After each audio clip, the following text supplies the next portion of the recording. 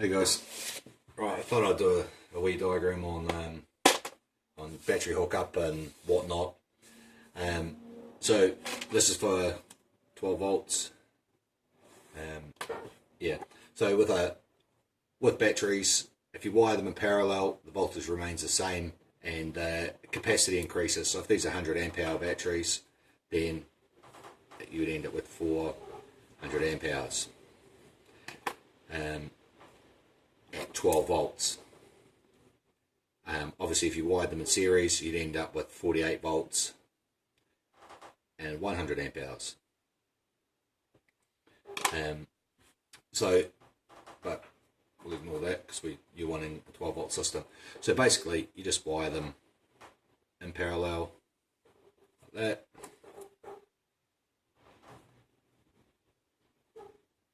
Come out. When you're wiring batteries in parallel, it's best to run the positive on one side of the bank and the negative off the other.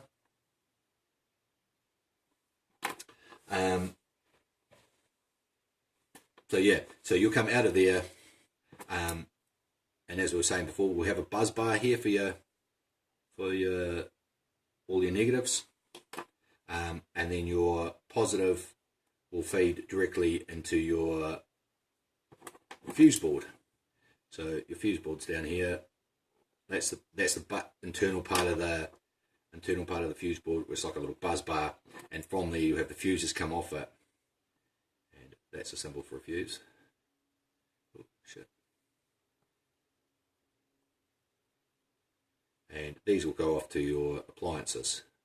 So the top one might be the fridge, and then it'll go off to your fridge along with an earth. Sorry, that should have been red. So that'll go off to your fridge. Your fridge. And then this might be your lights. So this will come off to wire a light switch maybe.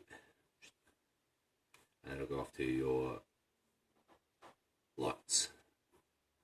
And again, you would wire those in parallel. And another one will come off there. Off to your lights. Maybe a water pump. Don't even know the symbol for a pump. We'll call that a pump. Along with obviously an earth. And so that's pretty much how you do the connections. So you have your fuses, or in my case, in the bus, I've got a domestic circuit board because I want it to be able to, if something pops, you can just flick on the fuse, flick on the breaker again, and it's fine. But in my camper van in the Merc, that's got a little fuse board, and the disadvantage to that is obviously when your lights go off and you're fucking searching around in the middle of the night trying to find the fuse that's blowing, and do you have a meter to hand? You can't see the lights because can't see the fuse because the lights are gone. But they're a lot more compact, cheap as chips. Fuses are pretty easy to replace. One thing to remember when you're running your cables, obviously from the batteries, you want to be quite big on that. So 6mm or 10mm probably would be better. I don't know if you can. In my camper van, I've got 6mm Arctic Flex. I think that's the biggest I could find flexible cable. Because I've run everything in flexible cable. Just because because camper vans and buses and stuff like that are moving, and if you've got like a domestic cable with even though they're multi-cores in them, if you move a cable enough, get some, a bit of flex, you can do that 100 times and the cable won't break, because they've got loads of cores inside it. But with a domestic cable, you do that enough times. I've got some domestic cable here somewhere.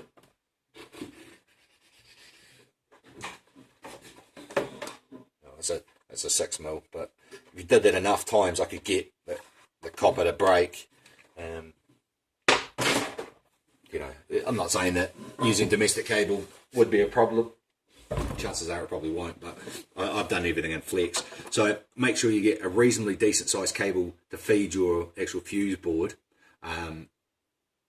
So 6mm or something like that would probably be fine. 10mm if you can get it.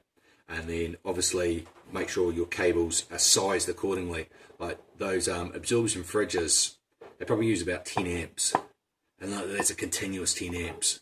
So it's a lot of power. Probably more than what your solar panels will be putting out, to be honest. So, you know, run a 1.5 or 2.5 to the fridge, because that's going to be your biggest current draw, is that fridge. If you stick with an absorption fridge, obviously lights. Well, say you've got so you've got 50 watts worth of lights. Now in a domestic situation, that's not a hell of a lot. So you've got 50 watts worth of lights, 50 watts, and it's 230 volts. We'll say 250 in your house. And so to work that out, power equals volts times amps, and I is the current for amps. So power, we know, so we can change around the formula. So it's, to get current, it's power divided by volts equals amps. So we know the power is 50, so 50 divided by 250 divided by 250 equals 1/5, so 0.2 amps, which is fucking peanuts. But if you change that voltage to 12 volts, that 50 watts now is 50, which is the power, divided by the voltage, which is now 12 volts. 12 volts. So 50 divided by 12 is roughly 4 amps, so 4.05 amps, something like that. We'll just say 4 amps. 4 amps, which is 4 amps compared to 0.2 amps, is a massive difference.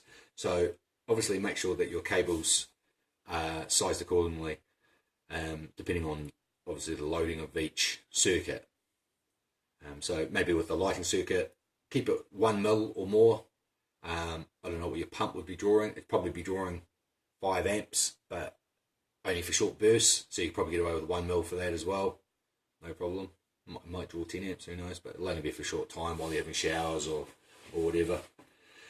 Then it comes to your solar panels. Obviously, you got your 2 solar. I don't know. Maybe you've got more than 2 solar panels. The solar panels are similar to batteries in the fact that they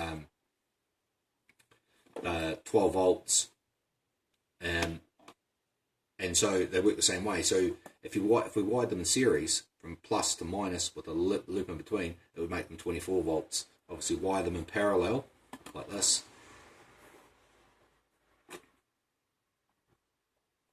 And now they're 12 volts, but they've obviously got double the capacity, so they might be 100 watts each. Now they've got a 200 watt capacity between them. So from there, you would run to your charge controller.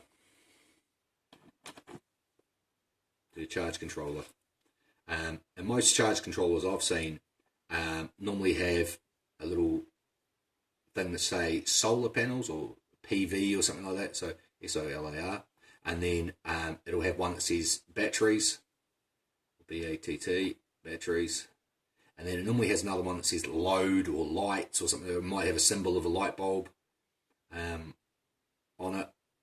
I don't know anyone who actually uses the load side.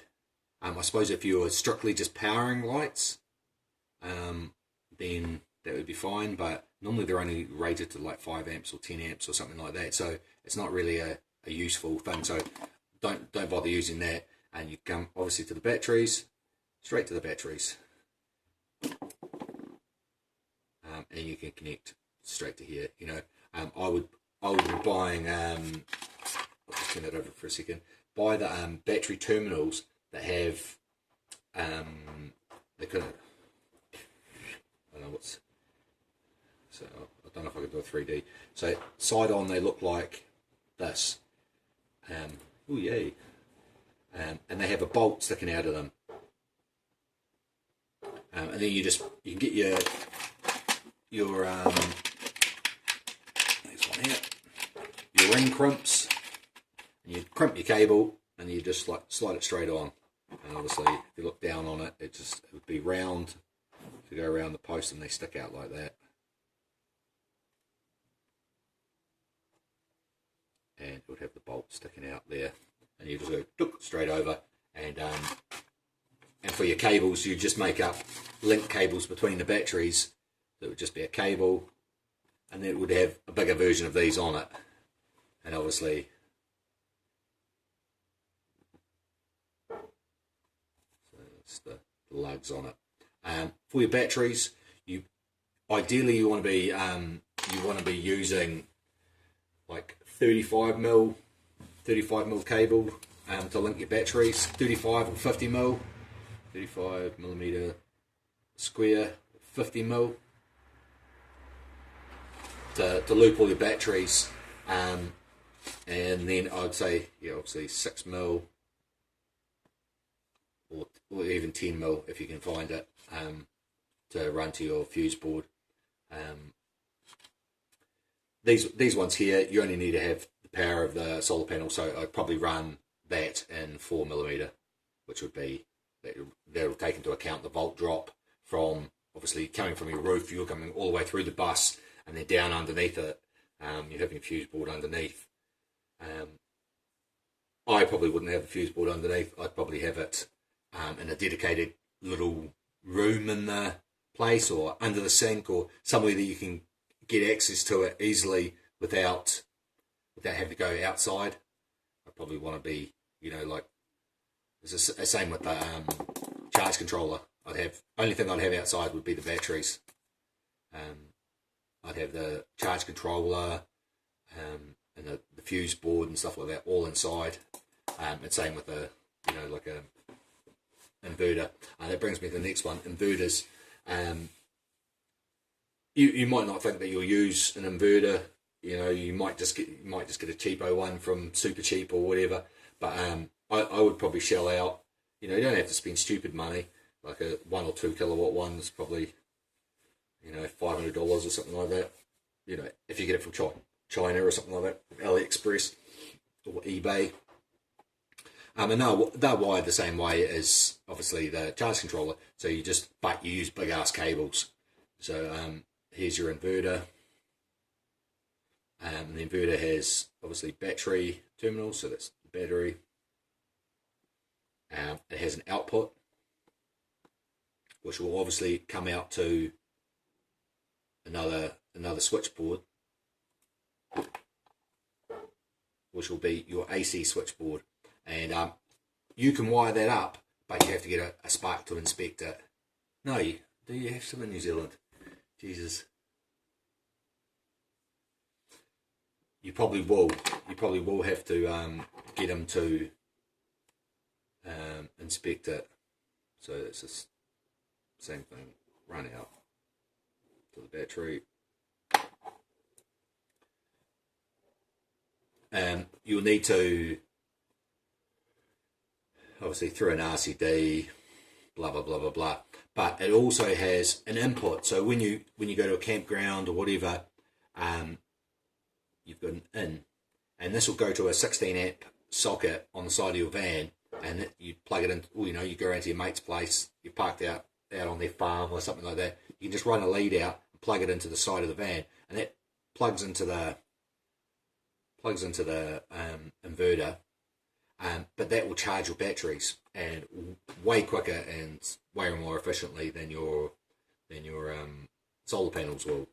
So it's good to be able to be off grid, but it's good to be able to plug in and do a quick charge, because the charging on these things is like 50 amps. So you better charge up those batteries like from empty to full in 8 hours.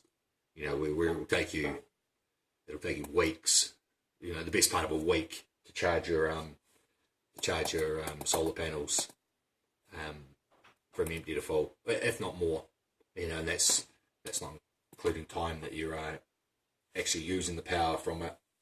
So I would shell out for the inverter, and I know you've got an absorption fridge, but there's loads of disadvantages to the absorption fridges. One, the power draw. So I'm going to make a little list. So absorption fridges.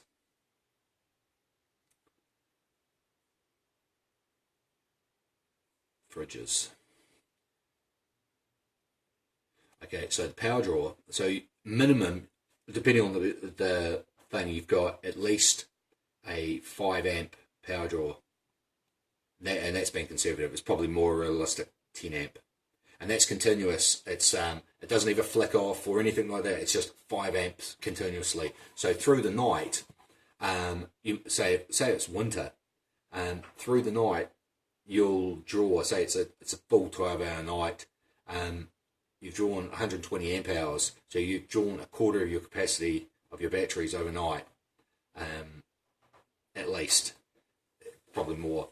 And then obviously the days are pretty short. You're probably only putting out from, say, if you've got 200 watt panels, you're probably only putting out 4 amps of the possible 8 that it could be putting out. So for 8 hours at 8 amps, we'll say conservatively, not conservatively, but optimistically, that you're actually getting the full 8 amps out of it. I would think you're probably getting 5 maybe, but we'll say you're putting out the full 8 amps for 8 hours.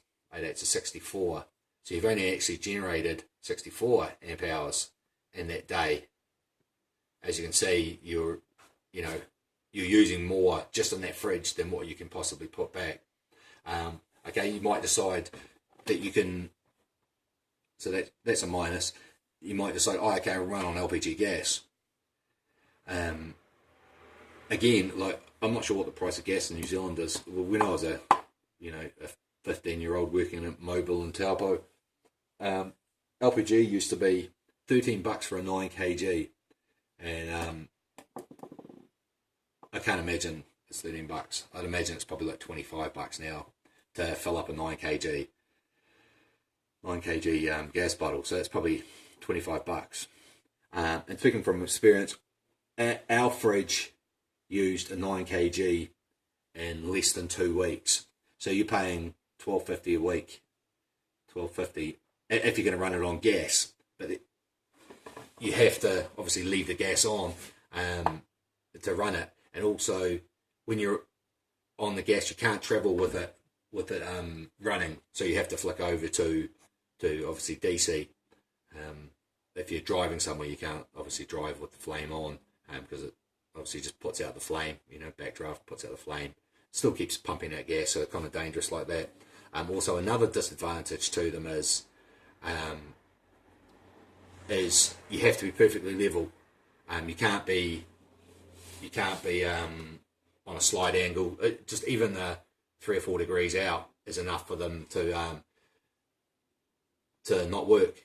Now, our one, we were in Winchester, and we're at a festival there, and we parked on just a slight incline, and we came back looking forward to a nice cold beer out of the fridge. Opened the fridge, and it had heated everything up. So everything inside the fridge was like at about 35 degrees. Because it wasn't on the flat. So yeah, that was gay. Yeah, okay. And the only advantage to them is the initial purchase price. You can get second-hand ones for, I'd say in New Zealand maybe $100, maybe less, maybe $50. Maybe someone's upgraded to a what's the name, to a compressor fridge, and they're like, fuck it, have it.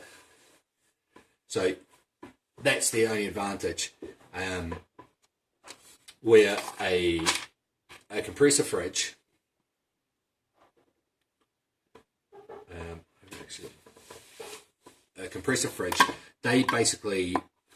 they're running about 20% of the time, and while they're running, they're using 2 amps. 2 amps. So So depending on how, if you open the door a lot or you put a whole lot of stuff in there, then it might be running, we'll say up to 50% of the time. So over a 24-hour period, you basically got an average of 1 amp of draw average. So you're using 24 amp hours a day, we'll say. And that's being pessimistic. You're probably using 10 amp hours. So you can get obviously a lot of time running the fridges. They can run at any angle. They can run day or night. You can get them to run off one solar panel. That you can get little. I've got a Danfoss. It's got a Danfoss compressor and controller in it. But you can get a Danfoss controller that's designed. You just plug the solar panel straight into the controller, and that's a dedicated panel, and it'll just run the thing itself. Which I think is kind of cool, but there's no need to get a dedicated compressor, dedicated controller. The biggest downside to that is you're paying. I was having a look on Trade Me the other day at them, and you can pay about, well, you can pay stupid money, but about $1,200 for a large one. Of course, this is like a, you know, almost like in your kitchen and your house sort of size, which obviously. You've got kids, you've got one daughter, so maybe you don't need one that big.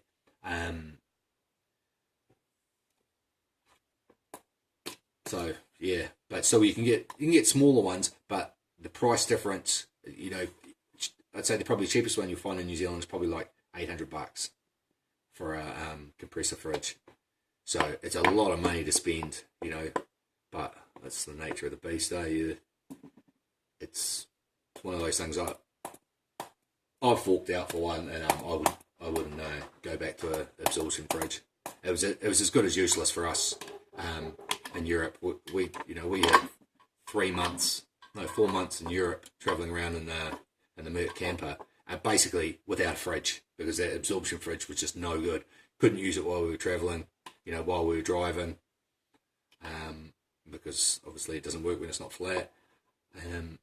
And then when we parked up, we couldn't really leave the gas on, and then we were flattening the batteries too quickly when we were sitting. So we basically just had to buy our food at the supermarket for that day, which wasn't that big a deal. But you know, when you don't have a fridge, it's kind of shit.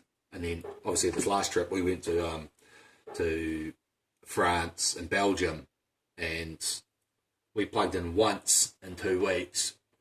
Never flattened the batteries any of those times. We were just going to they have free camper stops, or airs in France is what they're called, and it costs nothing to stay in them.